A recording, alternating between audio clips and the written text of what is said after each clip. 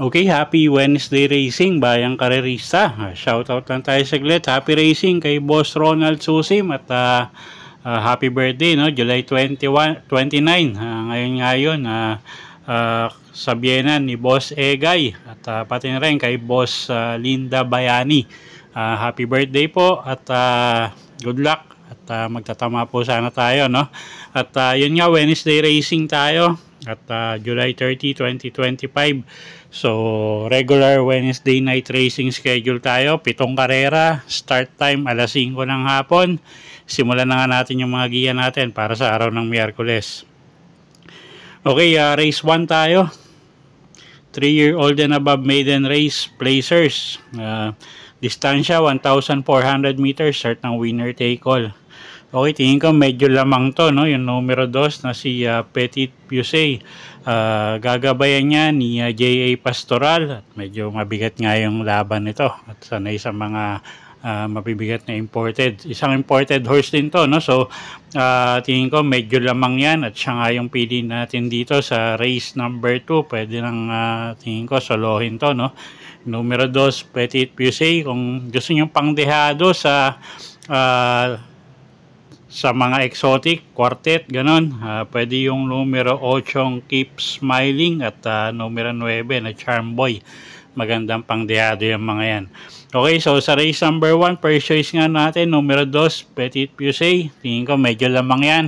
Pwede yung pangdehado sa mga exotic, yung numero 8 Keep Smiling at numero 9 na si Charm Boy. Okay, race 2 tayo. Class 5, 6 to 10 bracket. Distansya, 1,200 meters, start ng peak 6. Okay, first choice natin dito, kalahok numero 6 na si Hot Legs. Jeff Sarate yung re-renta dyan. Pwedeng iuna yan, pwedeng isabay para matihin, no? So, maganda naman yung post position niya. So, tingin ko may sasabay ni Jeff Sarate to. Second choice natin yung kalahok numero 1 na si Aliana. AP Nabarosa naman yung re-renta dyan. At pag nauna, tingin ko malaki rin panalo, no? Medyo gumaang yung laban niya. Although medyo may mga matutulin din dito. So, pero tingin ko pag nauna nga, medyo may panalo. Okay, so sa race number 2, first choice nga, numero 6, Hot Legs. Second choice, numero 1, Aliana. Okay, race number 3 tayo. 3-year-old Group 6 race, non-placers. Distansya natin dito, 1,400 meters, start ng peak 5. May 7 kalahok tayo rito. First choice natin, kalahok numero 2, Beyond Compare. John Paul Guse yung sasakay dyan. Medyo gumaang yung laban yan. Isang matuling kalahok. At siya nga yung first choice natin sa race number 3. Numero 2, Beyond Compare. Second choice, kalahok numero 4, Supreme Dynasty. Dyan Alvin Guse naman yung sasakay dyan. Medyo inconsistent lang tumakbo si Kabayo, no? Pero pag tumakbo ng maayos yan, tingin ko malaki panalo at medyo mainam yung linyada ng Kabayong yan. So, second choice natin siya. Okay, so sa race 3, first choice numero 2, Beyond Compare. Second choice numero 4, Supreme Dynasty. Okay, race number 4 tayo. Class 5-5 non-placers. Start ng peak 4, distansya 1,200 meters. Okay, lowest group na naman tayo dito, non-placers, alam nyo na. Pero tingin ko medyo lamang to, numero 5, 7 of Diamonds, JD King Flores, yung sasakay dyan. At gamay naman din ni JD King Flores to, no? At masyado nang mag-aang yung laban. So, first choice natin yan. Second choice natin, kalahok numero 4, Double Strike. Si Elad Bincula naman yung re-renta dyan at pwedeng pangsama, pangdehado. Yung kalahok numero 1 na si Andromeda. Gagabayan naman ni Joel Shego yan.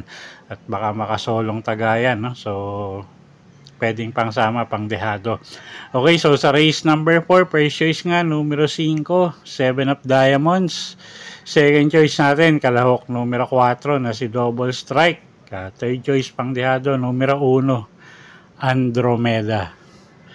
Okay, race number 5 tayo. Class 5, 6 to 10 bracket. Distansya, 1,200 meters. May 8 kalahok tayo rito. Anybody's race to, no? So, kung may kursonada kayong iba, dagdag nyo na lang. First choice natin dito, kalahok numero 6, Malibu Bell. CB Garganta yung sasakay dyan. At pag tumakbo ng maayos, tingin ko malaki panalo. Regular rider naman niya yan, CB Garganta. So, tingin ko walang magiging problema. Second choice natin yung kalahok numero 2 na si May Jopay. Ed Giguera naman yung sasakay dyan. Medyo mababa na rin sa grupo yung kabayong yan. So, second choice natin yan. At third choice, kalahok numero 3, Tanging Ikaw. Sasakay naman yan ni DL Camanyero. Okay, so sa race number 5, first choice nga natin, kalahok numero 6, Malibu Bell. Second choice, kalahok numero 2, May Jopay. At third choice, numero 3, Tanging Ikaw. Okay, race 6 tayo. Class 5, 5 placers. Distansya, 1,200 meters. Penultimate race. Lowest group na naman tayo. Placers. At first choice nga natin dito, kalahok numero 5 na rin. Si Anyare, Dan L. Camanyero, yung sasakay dyan. At wag lang ma-traffic sa Balya. Tingin ko malaki panalo ngayon. Numero 5 nga, Anyare. Second choice natin, kalahok numero 6 na si Double Happiness. Gagabayan naman yan ni GL Sego Jr. At pag nakakuha ng unahan to, tingin ko malaki rin panalo. So dito sa race number 6, first choice nga natin, kalahok numero 5, Anyare. At second choice, kalahok numero 6, Double Happiness. Okay, race 7 tayo. Last and final race for the day. Class 4, 16 to 21 bracket. Distansya, 1,200 meters. Anybody's race to, no? So, halos lahat to may panalo. Paratingan pa. So, first choice natin dito, kalahok numero 8, Batang Kangkalu. Alison Pabilik, yung sasakay dyan. Medyo maganda yung post position niya. So, tingin ko may pwesto agad dyan kahit maiksi distansya, no? Kayang rumemate. Second choice natin yung kalahok numero 2 na si Primavera. Elvin Abrea naman yung sasakay dyan. At isang matuling kalahok. At pag nakakuha ng unahan niya, tingin ko malaki rin panalo. Third choice natin dito, kalahok numero 7 na si Monument. Sasakay naman niya ni CL at Bincola. Okay, so sa race number 7, first choice nga natin, numero 8, Batang Kangkalu. Second choice, kalahok numero 2, Primavera. At third choice, kalahok numero 7, Monument. Okay, so yun po yung mga giya natin para sa araw ng Miyerkules, July 30, 2025. Sana po yung makatulong sa pagpili nyo ng mga tatayaang kabayo. Inuulit ko po, kayo pa rin po masusunod kung saan nyo itataya yung pinagpaguran yung pera. Good luck po at happy Wednesday racing, bayang karerista.